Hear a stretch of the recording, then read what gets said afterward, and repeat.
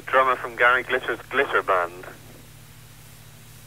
I don't know whether they mean anything to you. Yeah, well, he's one of the guys from glam rock days, right? That's right. But he was very young when he was in the Glitter Band. He's only 30 now. But his drumming's excellent. He's got quite a good jazz kind of feel, a very open, exploratory feel to his drumming. And I think this is going to... it's already beginning to affect the rehearsals for the album. So he's sort of blowing some of the songs wide open in a kind of almost a sort of a jazz way. How did you happen onto him? Dave, the guitarist, suggested him actually, and he knew that he was in a kind of a small time group called Random Hold, who never really took off in a big way. And Terry walked out, and we were very down. You know, there goes our drummer.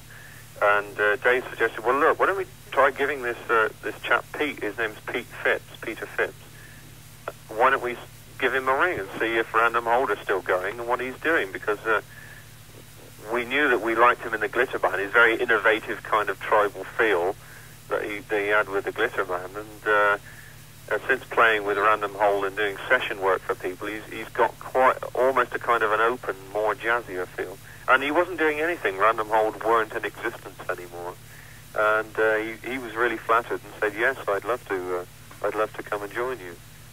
So it's great for us because we thought the Glitter Band were just so unusual, you know, and to have somebody that we almost idolize as kids, you know, in the band is really strange, but it's having some great results. Who's going to be producing the record? A chap called Steve Nye. Oh, that's the guy that used to work with Rafi, right? That's right, yeah, and I think the last thing he did that was known publicly was the Japan album, Tin Drum. Oh, right.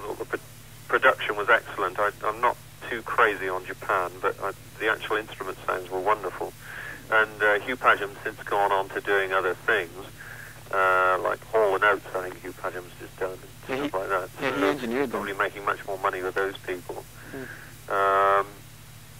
And we needed a change of producer in any case. We usually do a couple of albums with one producer and then move on, you know.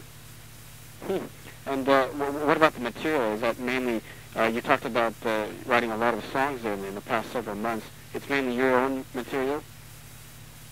Sorry, there's a very bad line. Oh, excuse me, it's mainly songs you have written yourself. What, the new material? Yeah, the new material. It's about the same sort of ratio. Colin usually comes up with about a quarter of the songs, and the other three quarters are usually my songs. A strange mixture. There's a kind of a very Eastern-sounding song with a hypnotic, drony feel to it called "Beating of Hearts." I mean, that's set off against a kind of out-and-out sort of psychedelic ballad that Colin's got called Wonderland, and just some very strange mixtures of music. I think we're getting more and more eclectic the older we're getting. I mean, it's obviously we're open to more influences from the past as they pile up behind us, you know.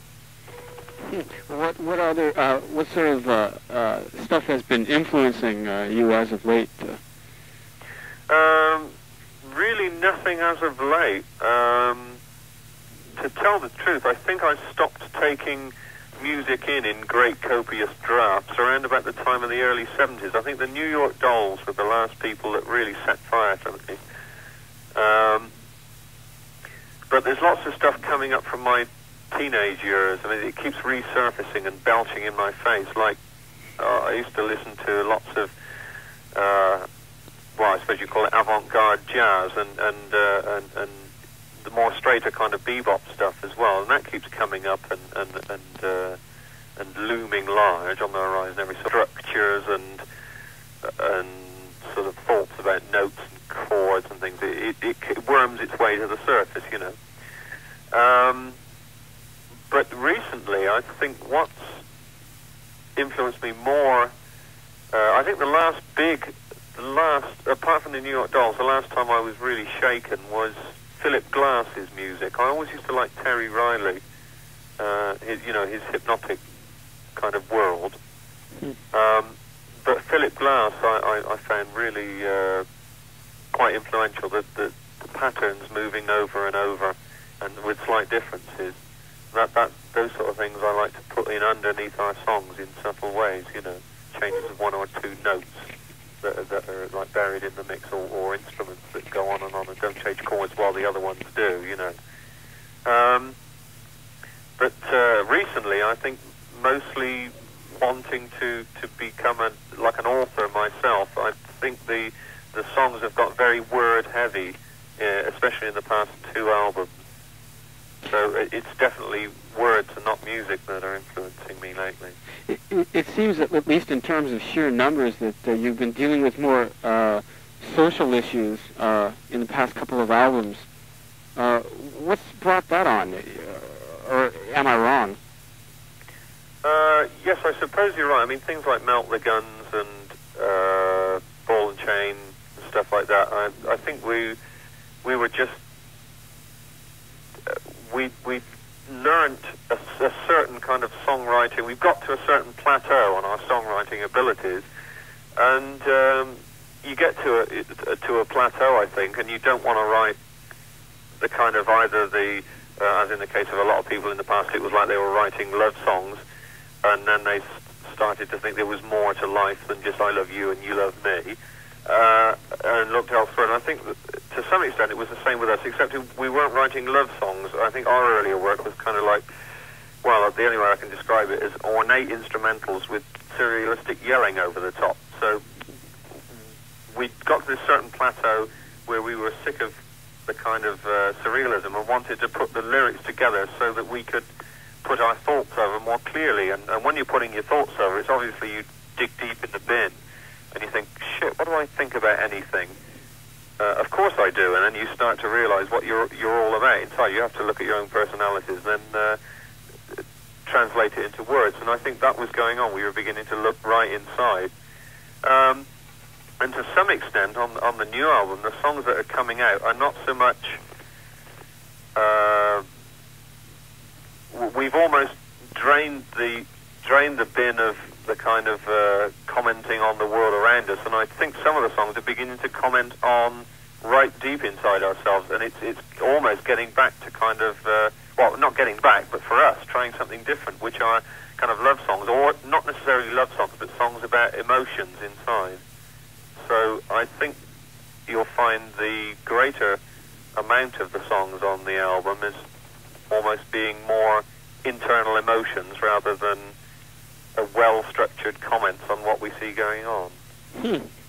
Well, have there been any changes around you that have accounted for this sort of change in your songwriting practices? No, I just think we've emptied the cupboard. I don't want to write any more songs about guns. I've written a song about guns. That's it. I've written a song about impending nuclear war. I don't want to do that again. It's fine. I've touched the subjects, and I don't want to return. You know, I've had my vomit, and I don't want to return to it. You know, why should I? I don't need to do it again personally.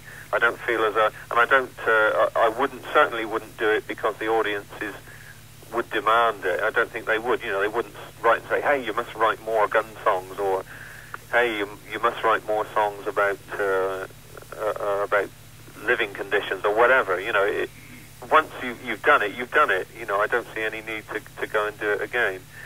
So off, and in the great emptying process, you go to the next shelf, and it just happens to be more personal emotions and things on that shelf. So. I find that for me, I don't know so much about Colin, but for me, there are more kind of my emotions put into the songs rather than observing other people's actions and commenting on them. So it's like a completely personal thing for you rather than, well, almost every group is compared with the Clash, especially British groups, because the Clash are very political and they seem to want to save the world and stuff.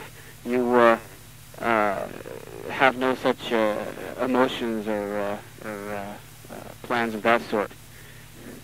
No, I don't want to save the world because the world's full of people, and people will always go wrong as long as they are people. But